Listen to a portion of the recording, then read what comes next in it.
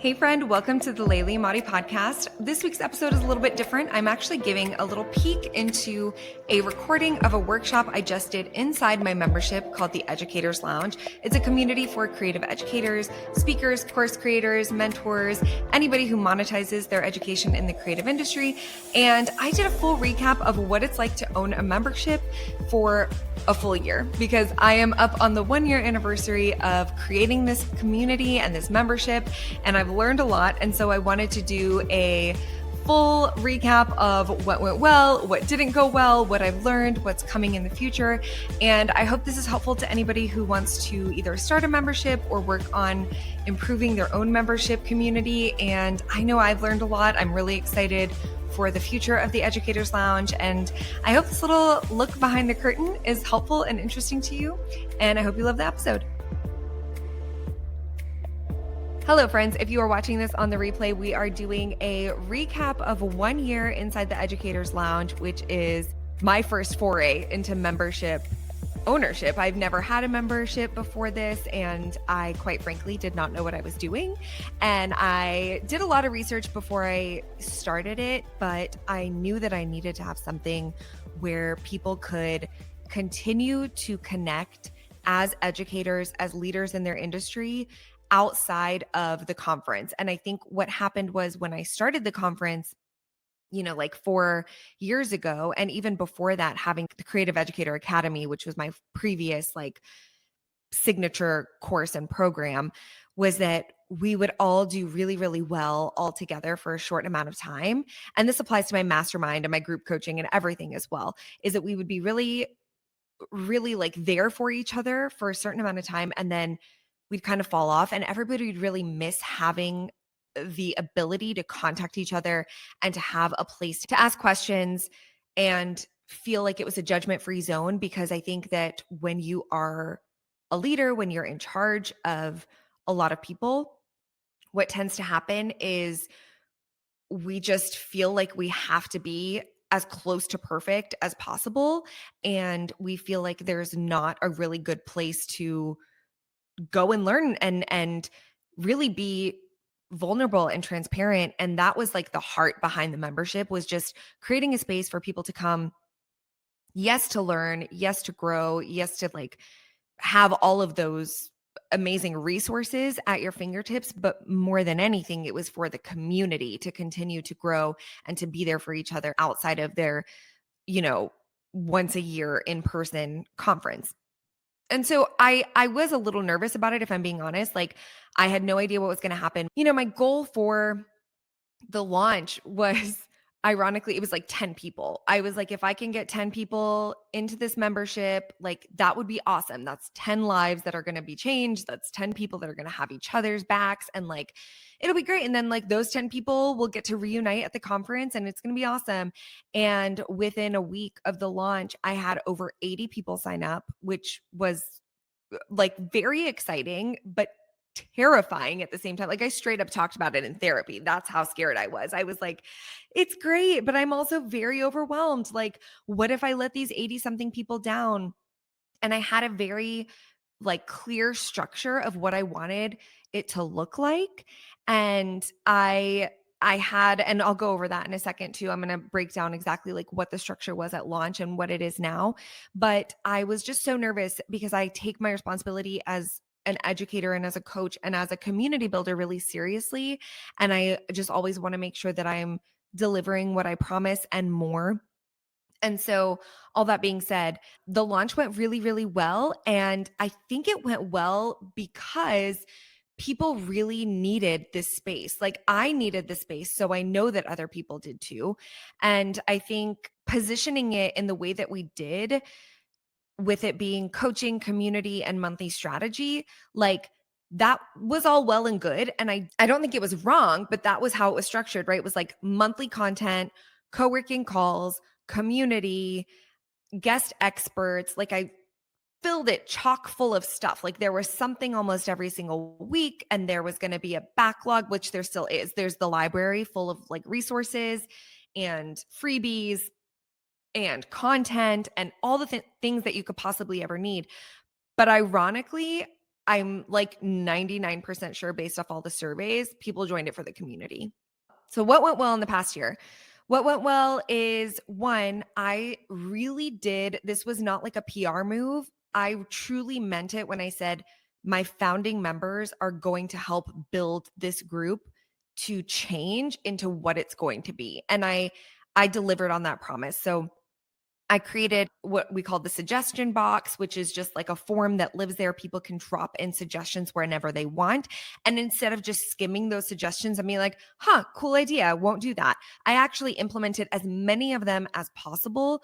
Obviously, we can't do every single thing that every single person wants, but I made sure to, if I didn't take the suggestion, I made sure to connect with that member and like tell them the thought process.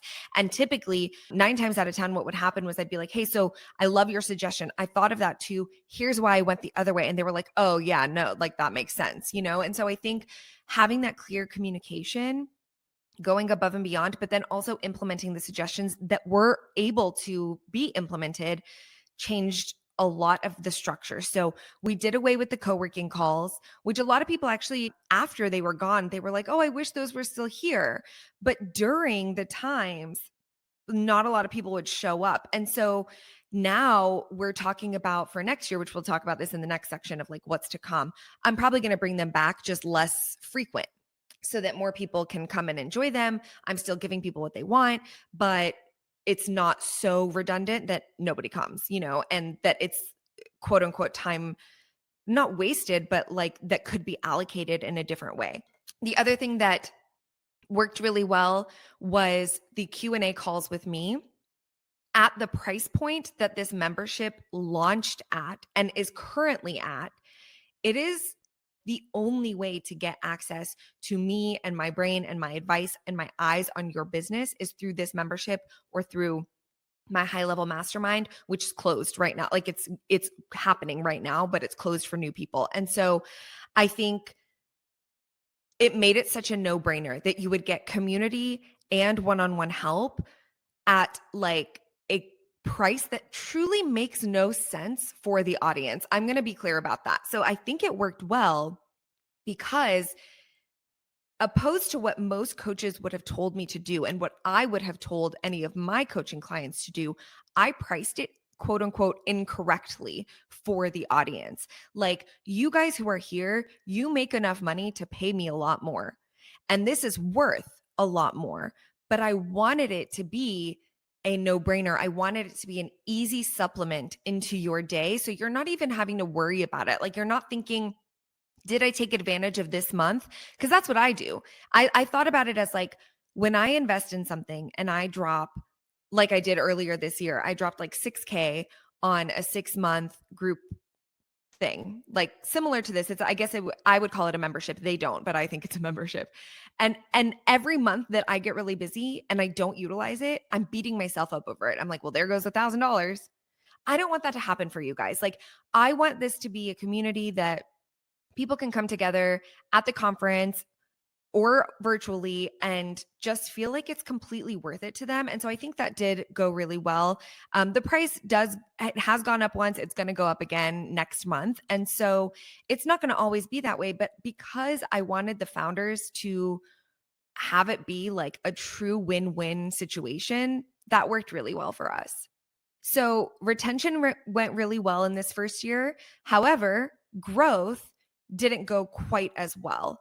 That was 100% my fault. So let's kind of like slide into the what didn't go super well in this last year and things that I learned from. One is that I did not advertise this membership at all, really, after the first launch.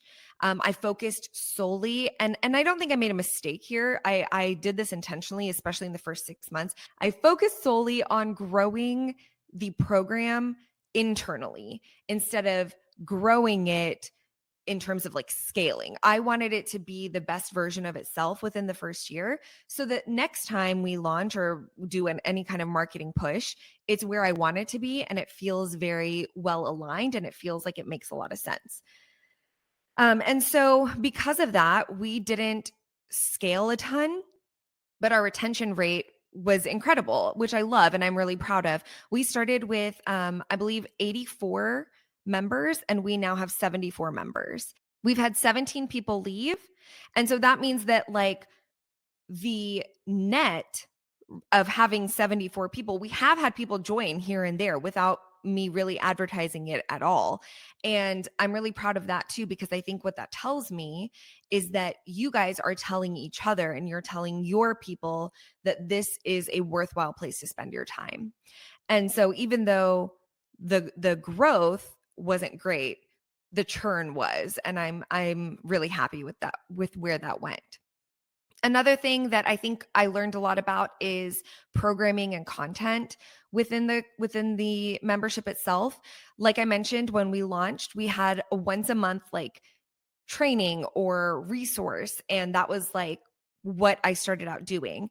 Then, because like I said, I implement the suggestions, I got several suggestions saying, well, we would love to provide a resource as members. Like maybe once a month, you can choose a member to spotlight and they can get hands on teaching experience. And I was like, of course, heck yes, I love that. Like that's a no brainer to me. I love it. Let's implement it.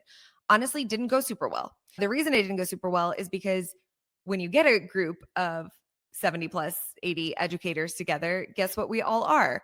Very, very busy. And so typically, unless I'm reminding people to submit a resource or submit a training, they're not going to remember. Then I have to add it into my systems with my team to continually remind people to apply or pitch or whatever one of their resources. And it added like an entirely new system, which added a ton more work and didn't have the result that we wanted.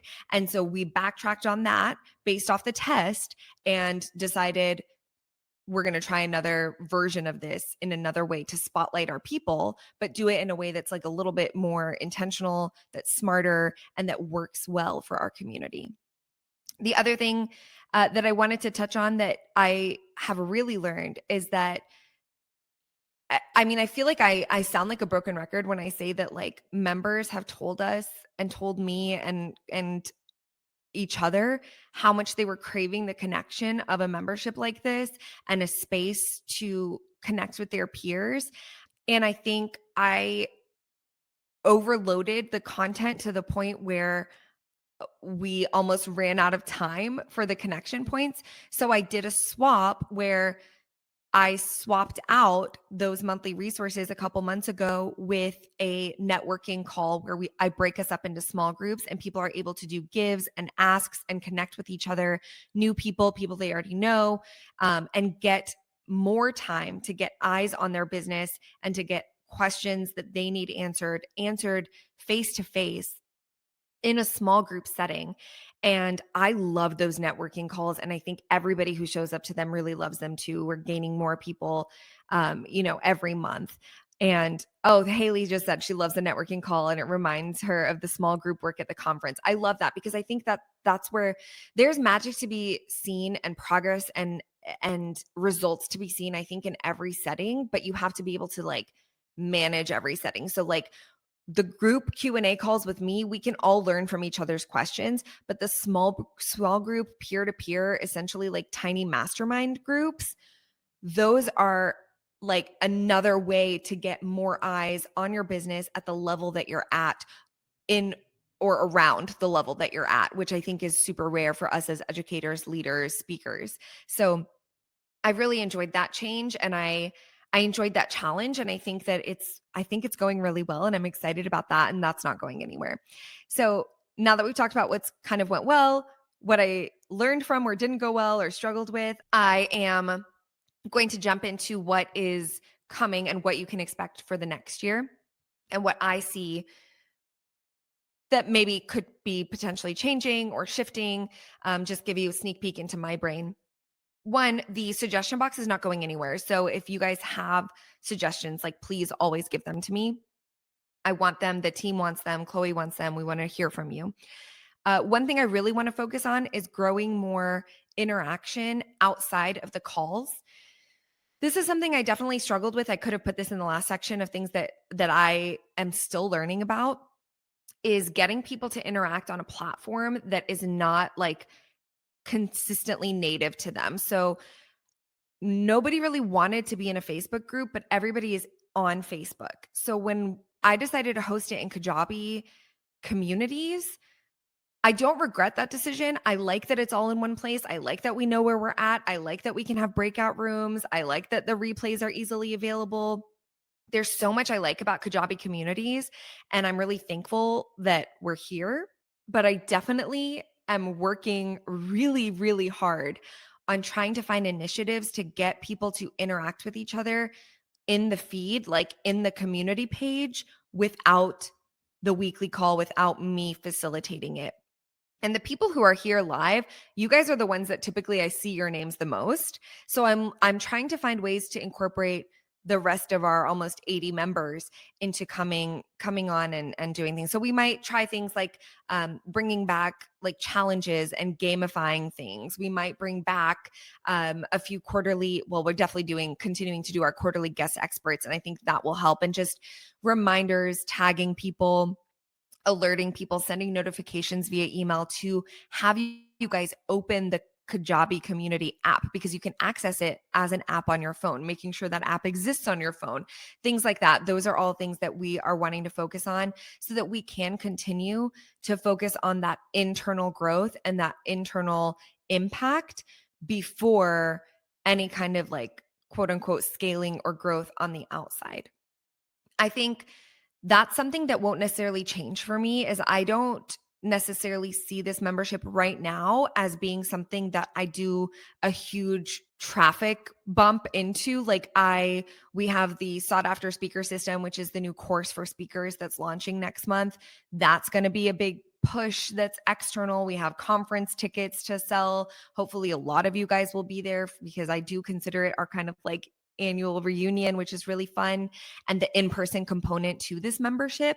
And so I do think it's more of an internal thing for me, which I think is kind of from what I understand about memberships and all the research I've done on it. And those of you who have been here for a while, you know that I even went to Nashville and did like this Stu McLaren one day like intensive, and I've tried so much to really be able to deliver as an educator who continues to invest in her own growth. But what I understand about memberships is like you either have like the membership is the front facing like entry point of working with you, or it's something that's more like part of that ecosystem. And that's what I want it to be. I want it to be people who already are like vibing with our ethics and our drive for impact and our personalities. And that's why I think like love this community so much, and you guys love each other so much, is because it is very much like cyclical, and it's focused on internal growth. So that's not going to change.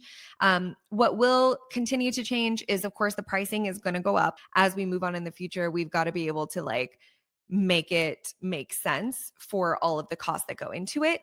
As we had our community manager join in and other team members join in, and of course, hosting it on Kajabi and things like that, there are costs that need to be met. So that's something I always want to be really transparent about. The next change that's coming is that we are continuing to, while we're keeping the networking call, we're keeping the Q&A call. I kind of alluded to this before. I'm going to add in we're going to start quarterly and do a quarterly co-working call, as well as keeping I see the people who like are excited about that like faces like yes, it's coming back.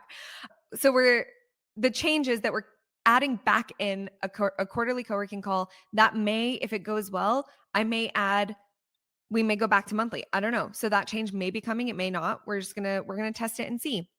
And then the quarterly guest experts are continuing on. So that's not changing, it is staying.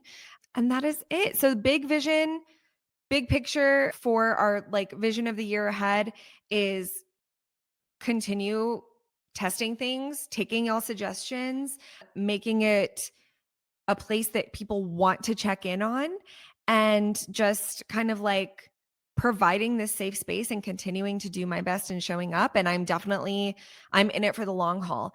One thing that I did that I would suggest anyone do who wants to explore membership and explore starting something that's ongoing is give yourself the opportunity to shut it down if it's not going well. And I think that that's a really hard thing to do for people who are inherently maybe people pleasers like myself, or really want to show up and commit really hard to something. I think the way that I did it, I built myself a safety net of not allowing anybody to sign up for more than a year after that first month launch. Like, it was month to month after that, and it was anybody who knew who joined couldn't sign up for a year. They just couldn't, because I was like, I can dedicate 1 year to trying something. That is a good amount of time, I think, to understand if things are going well or not, or going the way I want them to or not, or worth everybody's time and investment or not. And I'm so glad that I did that, because now, a year in, almost exactly, I can say with authority, I love this group. It's not going anywhere. I have no plans of shutting it down anytime soon. And so now I'm able to kind of bring back an annual plan, and have that be available for people who sign up, and be able to incentivize that. And I also think people who stay for a longer amount of time obviously get the most out of it. A lot of you guys who are founders who have been here from day one, you're coming up on your 1 year renewal. It is really hard when you care a lot about people to see them leave, but it is okay. It's good to be excited for them. It's good to know that when people leave, sometimes it's because they're leaving for a new venture, or they want to try a new educator, or they want to try a new platform, or they want to try a new community, and they might come back, you guys. Like, they may come back to you, and that's exciting, and we want to make sure they're excited about that. And I think trying really hard to like remove the personal from the professional when renewal periods come up is really important. I'm saying this for myself and for you. So as you guys are deciding whether you want to re-up or not, of course you can go to monthly, you can re-up annually, whatever. But all that being said, I'm really glad that I put the time frame on it that I did, so that now I can feel really secure in the transformations that have happened for people, in the results that people have gotten. So many of you guys have gotten on each other's podcasts, in each other's group coaching programs, speaking engagements, teaching opportunities, course growth, affiliates. So many things have happened within the group that people aren't even like seeing, other than me seeing them in my inbox and seeing them over on the feed of like success stories, that it fills my heart. It makes me really happy. And we're not going anywhere. The lounge is not going anywhere. So that is my recap in 30 minutes or less. It was 24 minutes, my 24-minute recap. I hope it wasn't too much of a ramble, but if you have anything you want to know, I'm an open book, and you guys know I'm not shy about anything. I will tell you anything. But I did just want to say a huge thank you to every single founder and every single member of this group who has joined in the last year, whether you joined on day one or you joined 1 day ago. I love you guys. I'm so thankful for you showing up for each other and for yourself, because I think as educators and leaders, we are the last people to receive any of the things that we're giving. And I want you guys to know that you are worth receiving help, and you are worth spending time on, and you should be spending that time on yourself. And I want to applaud you and say that I'm really proud of you for showing up for yourself. And here's to another year of showing up even bigger and dreaming bigger and being there for each other. And I just want you to know that I'm right there with you. I've got your back, and I'm walking alongside you every step of the way. And I think that's what makes this community so special, is that we're all in it together. So that was my cheesy love throw at your faces. Thanks for tuning in to the Layli Amati podcast. If you found value in today's episode, it would mean the world if you would leave a review or share it with a friend who's on their journey to becoming an industry educator or speaker. Want more support as you grow? Head to layliamati.com for free resources and more information on how we can work together. Until next time, keep showing up, keep sharing your voice, and keep leading with purpose.